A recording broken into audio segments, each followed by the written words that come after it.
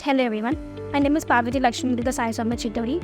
So now I was going to give my internship feedback, the internship journey or feedback of my internship experience in data science and insect intelligence solutions. So firstly, I would like to thank my mentors and my guide Mr. Sai Shetty for his driving support and my mentor Mr. Karthik Menda for his conceptual teaching and for introducing me to foundations of data science.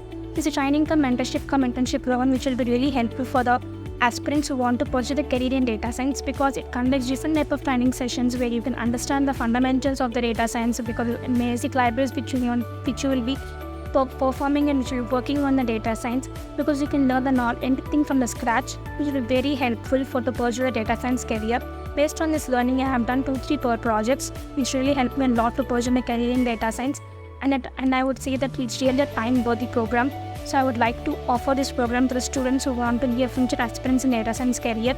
Enroll into this program and understand the program and take advice from the experts because we have some really good experts which really gives a best advice for us. And I would like to offer this mentorship program for the students who want to become a data scientist in future. Thank you.